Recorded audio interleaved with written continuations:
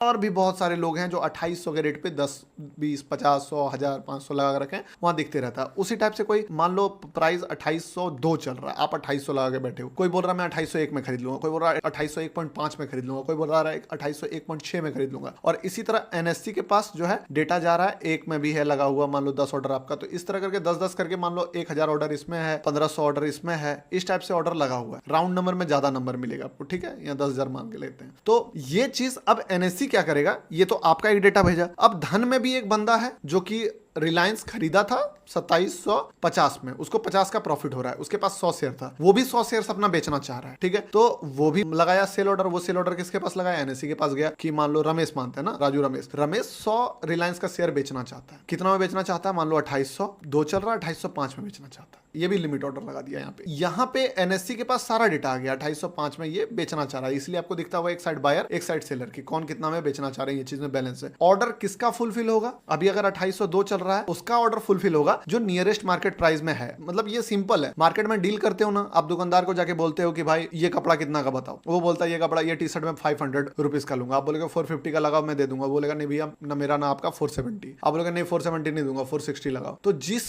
भी रेट पे आप दोनों एग्री करोगे तब वो डील होगा। मान लो आप 460 रटते रह जाओ, वो 470 रटते रह जाए, तो ट्रेड नहीं होगा। यहाँ पे 2 बायर है, बट जब ये मार्केट का बात आता है यहाँ हजारों बायर हैं, हजारों सेलर हैं, ठीक है, तो 460 और 470 में डील हो रहा है बट नहीं हो पाया, कोई आके 465 ऑफर करेगा, उसको लगेगा हाँ ठीक है चलो 465 में बेच देता हूँ, 465 में बिक गया। तो इसी टाइप से ये ऑर्डर फ्लो चल रहा है। अब प्राइस नीचे गिरते गिरते जब 2800 आएगा, ठीक है 2800 आएगा, ये भी देखेगा कि भाई 2805 में नहीं बिक रहा, चलो 2804 में बेच देते हैं, 2804 से और गिर गया, चलो 2803 में बेच देते हैं, मार्केट और गिर गया 2802 में बेच देते हैं, इसका ऑर्डर फुलफिल नहीं हो रहा। तो 2800 में जब ये लगा दिया कि नहीं मैं 2800 में बेच रहा हूं, तो ये 2800 वाला ऑर्डर गया इसके पास, एनएससी के पास, किससे, धन से, और धन फिर उसको भेजा एनएससी के पास। वहीं राजू भी अपना ऑर्डर लगा भेजा था कि मैं 2800 में लेना चाहता हूं और 2800 में अगर मिलेगा तो मैं 10 शेयर, अब ये लगा के बेचा है 100 शेयर, तो ये 10 शेयर इसको मिल जाएगा। अब मान लो लिक्विडिटी अगर होगा, जैसे रिलायंस में तो चलो बहुत अच्छा लिक्विडिटी है, तो इसको 100 का 100 ऑर्डर, तो इसको 10 ऑर्डर मिल जाएगा और इसका 2800 में बिक जाएगा, प्राइस अगर मतलब हुआ फुलफिल। बट अगर कोई माइक्रो कैप होता है, तो अगर राजू 10 ऑर्डर लिया तो इसका 90 ऑर्डर वहां पे दिखेगा कि 90 अभी बाकी है, 90 कोई और बायर मिलेगा तो आपका जाएगा, नहीं तो आपको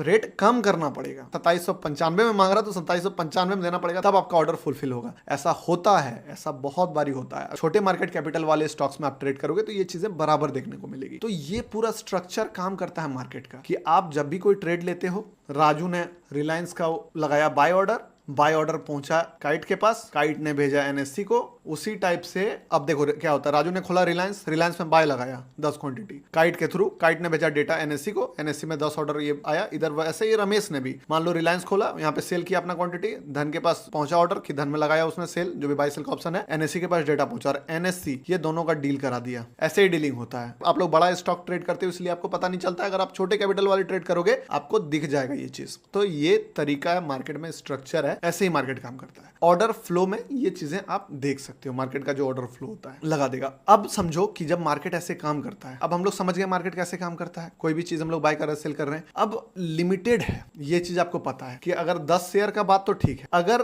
कोई 100 शेयर रिलायंस का सेल कर दे तो क्या होगा, चलो 100 ठीक है, कोई 1 लाख क्वांटिटी एक बार में एग्जिट मार दे, तो आप थोड़ा अपना दिमाग लगाओ, जो मैंने कॉन्सेप्ट बताया कि क्या सेम टाइम पे उतना बायर वहां पे अवेलेबल होगा अगर ये सेल मार रहा है, क्या अगर ये एक इन्वेस्टर सेल मार रहा है, होगा नहीं होगा, जब नहीं होगा तभी मार्केट नीचे आने लगता है, ठीक है। अभी इसका पूरा डिटेल वीडियो बनाएंगे डिमांड सप्लाई का, टेंशन मत लो, बट इस वीडियो में थोड़ा सा ग्लिम्स आपको मिल जाए तो मजा आएगा आपको, समझे। तब ये जो प्राइस है रिलायंस का वो डिक्रीज हो जाएगा, क्योंकि सेलर ज्यादा आ गया है, बायर कम आ गया है। अब वो बोलेगा नहीं मैं 2800 में नहीं लूंगा, 2795 में लूंगा, क्वांटिटी इतना है 2795 वाला भी फुलफिल हो जाएगा, वो बोलेगा नहीं मैं अब 2790 में लूंगा। अलग अलग रेट में ये फुलफिल होना शुरू हो जाता है। कोई भी दूसरा फील्ड में आप देखते हो ना कि टमाटर का प्राइस जब गिरा तो 2 रुपए 5 रुपए तक टमाटर का प्राइस आ जाता है, जब सप्लाई बहुत ज्यादा हो जाता है, पूरा कोई खाना ही नहीं चाहता टमाटर बरसात ठंड में, और सब किसान का टमाटर उपज जाता है, क्योंकि मौसम क्लाइमेट बहुत ही सपोर्टिव होता है उस टमाटर के लिए। अभी जैसे गर्मी चल रहा है, मान लो यहाँ पे टमाटर 100 150 170 80 मीम्स बनने लगे हैं, क्यों, डिमांड सप्लाई, डिमांड बढ़ते जा रहा है, सबको टमाटर खाना, गर्मी आते ही टमाटर टेस्टी हो जा रहा है। लेकिन अब इतना खराब क्लाइमेट में टमाटर उपजाना मतलब नॉर्मल किसान का बस का बात नहीं है, थोड़ा मुश्किल हो जाता है। तो जब टमाटर उगेगा 10 किलो, खाने वाले 1 क्विंटल रहेंगे, तो सीधा बात है प्राइसेस महंगा होने लगेगा। सेलर बोलेगा क्यों मैं मैं 10 में बेचूं, सामने वाला 15 दे रहा है, 15 जब तक आपको देने जाएगा तब तक कोई और 20 का ऑफर कर देगा। टमाटर लिमिटेड है, बायर अनलिमिटेड है। तो